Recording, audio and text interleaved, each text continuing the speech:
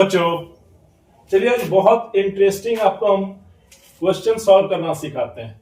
हम देखते हैं बहुत सारे बच्चों को ना क्वाड्रेटिक का जो क्वेश्चंस होता है उसमें बहुत सारा प्रॉब्लम्स रहता है। उसका एक्स का मान अगर बोल दिया जाए निकालने तो वो निकाल नहीं पाते हैं। तो चलिए हम लोग इसको आज देखते हैं, है ना, कि कैसे इसको सॉल्व करेंगे। देखो यहां पर आपको एक क्वेश्चन दिख रहा होगा, ठीक है। X square plus 7√3x plus 36 का करना है, इसका x का वैल्यू निकालना। तो देखो, और with the help of factorization method. देखो सबसे पहले क्या हम लोग जानते हैं, सबसे पहले हम लोग क्या करेंगे, सबसे पहले हम लोग रफ में 36 का फैक्टर निकालेंगे। 36 है इसका फैक्टर निकालेंगे। अब इसके लिए हम लोग क्या लिखेंगे, यहां से हम लोग 2 से पहले किए तो कितना है 18, फिर कितना करेंगे, फिर 2 से करते हैं तो 9, फिर 3 का करेंगे तो 3 3 जा 9, फिर 3 3 जा 1, ये हो गया। अब देखो पूरा यहीं पर गेम सेट है, समझना बात को। देखो फैक्टर वाला ना जो ये होता है क्वाड्रेटिक इक्वेशन सॉल्व करना, ये बहुत आसान है। हम तो समझते हैं नॉर्मल वाले से ज्यादा आसान है। अब देखो क्या करना, देखो यहां पर क्या देखना, यहां पर देखो कि यहां पर क्या है रूट 3 है। तो क्या करना, किसी एक रूट को ना यानी 3 को रूट 3 इंटू रूट 3 में लिख देना।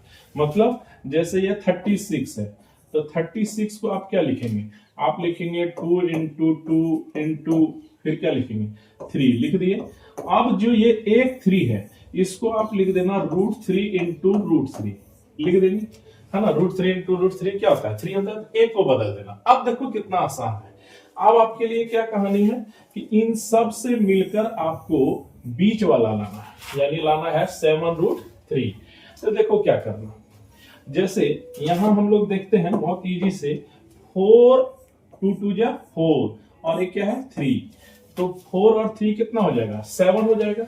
तो एक 4 के साथ इसको डाल देना और 3 के साथ इसको डाल देना, यानी 3√3। तब हम लोग इसको अब कैसे लिख सकते हैं, तो इसको अब हम लोग लिखेंगे एक्स स्क्वायर लिख देंगे। आप फिर यहां लिखेंगे 4√3x लिख देंगे। अब यहां पर हम लोग लिखेंगे 3√3x और यहां पर है 36 इज इक्वल टू 0, ये कर देंगे।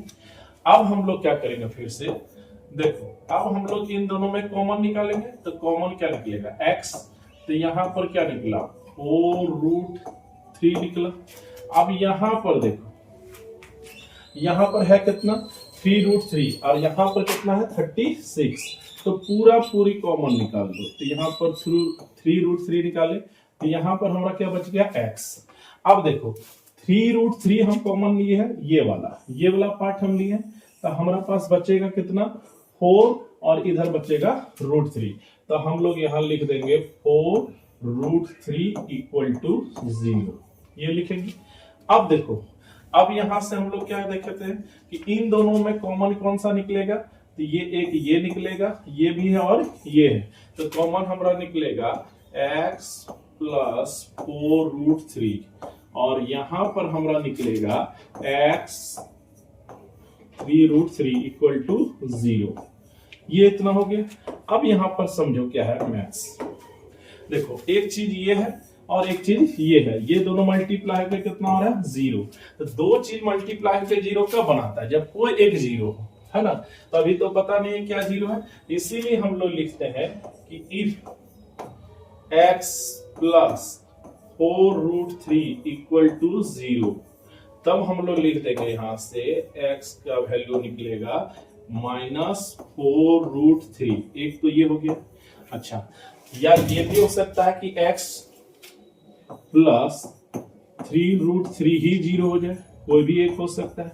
यहां से अगर हम लोग निकालेंगे तो x का वैल्यू आ जाएगा हमारा -3√3, है ना। तो दो आंसर है। अब देखो, अब यहां पर क्या हो गया हमारा फाइनल आंसर। तो हमारा फाइनल आंसर हुआ x का वैल्यू होगा, यानी जो रूट्स होगा, है ना, वो होगा x इज इक्वल टू होगा एक -4√3 और एक कौन सा होगा -3√3, which is the final answer. तो हमारा दो रूट्स हुआ, एक हुआ -4√3 और एक हुआ -3√3, which is the required answer. तो देखो ये सवाल बहुत इजी है, आप ऐसे ही अटेम्प्ट करना, बस बीच का ध्यान रखना कि जैसे यहाँ √3 है तो जैसे फैक्टर करोगे, जैसे यहाँ पर हम फैक्टर किए तो एक को बांट देना, तो 3 था तो √3 इंटू √3 करके पूरा कर लेना। अब क्या करना, ये जो नंबर होगा 2 2 2 जा 4, एक इसके साथ डाल देना है, एक इसके साथ डाल देना है, तो 4 और 3 7 हो भी जाएगा, तो हमारा बीचोला आ जाएगा।